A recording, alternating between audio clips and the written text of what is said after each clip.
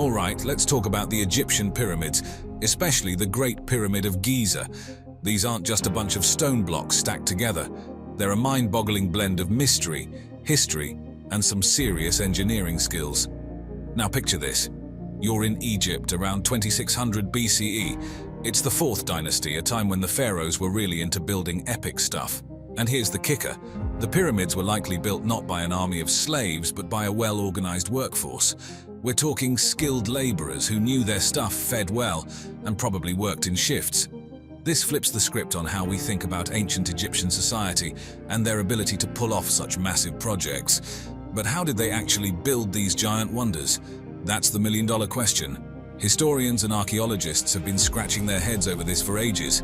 Some say they used ramps, others think it was levers or maybe even clever water channels to move those megastones. But here's the thing, no one's found a smoking gun to prove any of these theories yet. Now let's add some recent plot twists.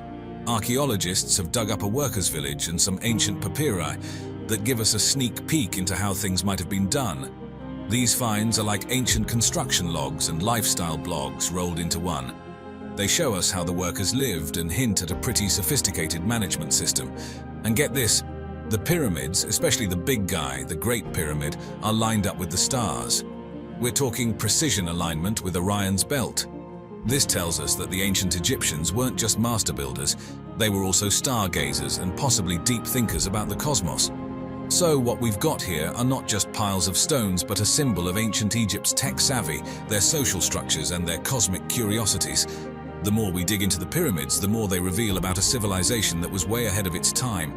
They're like a 4,500-year-old puzzle that's still challenging us today. Now going underwater, let's talk about Atlantis, the legendary city Plato chatted about way back in ancient Greece. He described this place as some kind of super civilization. Think advanced tech, big ships, and a whole lot of power.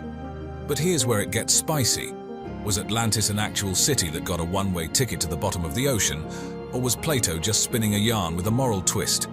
The hunt for Atlantis is like the ultimate treasure hunt. People have been looking everywhere. The Mediterranean, the Caribbean, even way out places like the Azores and Antarctica. But guess what?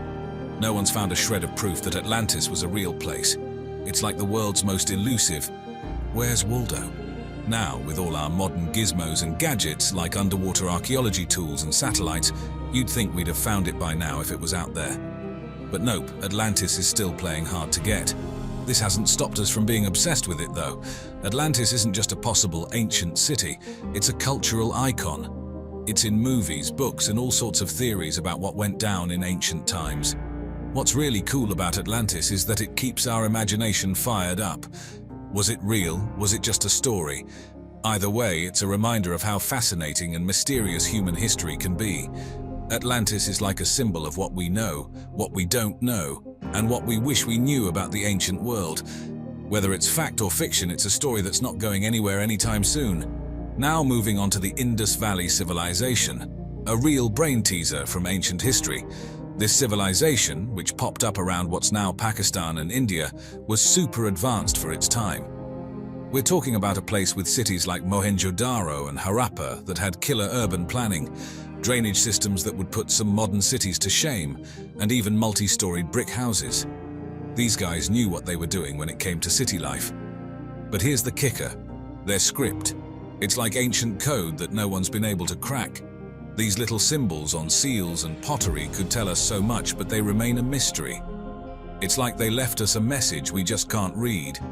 They were also pretty savvy with their hands. The stuff they made, from seal carvings to metallurgy and pottery, shows they had some serious skills. But then, around 1900 BCE, things started going south. Cities got abandoned, and that impressive urban life just fizzled out. What happened? Well, there's a bunch of theories. Maybe the climate changed and they couldn't grow enough food. Or perhaps earthquakes shifted the rivers and messed up their farming and water supply. And then there's the idea of invasions, but there's not much to back that up archaeologically. Archaeologists are still digging up clues, trying to piece together how these folks lived, what they traded, and how their society worked. And it's not just archaeologists, linguists, environmental scientists, and a bunch of other smart people are in on this too. The fall of the Indus Valley civilization is one of those great mysteries that keeps historians and archaeologists up at night. Despite all the stuff we've dug up, the big question, why did it all come to an end, still hangs in the air. It's a reminder of just how complex and intriguing ancient human societies were. Let's talk about the Nazca Lines in Peru. These aren't just any old lines in the sand. They're a massive collection of artworks that you can only really appreciate from way up in the sky. We're talking over 800 straight lines, 300 geometric shapes, and around 70 designs of animals and plants. Imagine drawing a giant spider, monkey, or even a shark in the desert and not being able to see it from above. That's what the Nazca people did between 500 BCE and 500 CE. Now, how did they do it? They scraped off the top layer of reddish-brown pebbles to reveal the lighter earth underneath. The precision is mind-blowing, especially since they couldn't hop in a helicopter and check out their work from the air. So, why did they make these lines? That's the million-dollar question. Some think they were for astronomical purposes, like lining up with certain stars or celestial events. Others reckon they were part of rituals to get the gods to send some much-needed rain to their dry desert. There have been some wild theories over the years, like ancient astronauts using them as a sort of airport, but there's not much to back that up. With today's tech like drones and satellites, we're getting a better look at these lines and discovering new ones. They're so important that UNESCO's stepped in to protect them, making sure these ancient artworks stick around for future generations to puzzle over. The Nazca Lines are more than just drawings. They're a testament to human creativity and our desire to leave a mark on the world. They keep historians and archaeologists guessing and remind us that there's still so much we don't know about our past. Let's dive into the mystifying world of the Voynich manuscript. This thing is like the ultimate puzzle from the 15th century that no one has cracked yet. It's filled with writings in a language or script that's like nothing else on Earth. Linguists, cryptographers, and even AI have taken a crack at it, but it's still as mysterious as ever. The manuscript is not just a bunch of strange text. It's got these wild illustrations, plants that don't match any known species, bizarre astrological symbols, and oddly drawn human figures doing who knows what. It's like a window into a completely different world, but without a guide to help us understand what we're looking at. The history of the manuscript is like a game of hot potato through time. It was once owned by the Holy Roman Emperor Rudolph II, and it's changed hands countless times since. Everyone who's gotten their hands on it has been entranced by its enigma. As for what it's all about, theories are all over the place. Is it a medical textbook from another world, a secret alchemical guide, or maybe the world's most elaborate prank? Nobody knows for sure. The best brains of both the past and present have tried to decode it, but it remains a stubborn mystery. The Voynich manuscript isn't just a curiosity. It's a symbol of the mysteries that our history still holds. It challenges us, teases us with its secrets, and keeps us guessing. Every page is a reminder of how much we still have to learn about our past and the depths of knowledge that remain unexplored. Alright, let's chat about Stonehenge, that big circle of rocks standing on the Salisbury Plain in England. It's not just a bunch of stones, it's a prehistoric enigma that's been boggling minds for ages. Built over a whopping 1,500 years, Stonehenge's true purpose is like a puzzle missing half its pieces. Now, these weren't just random rocks tossed together. The builders were onto something big. They lined up these massive stones with the solstices and equinoxes.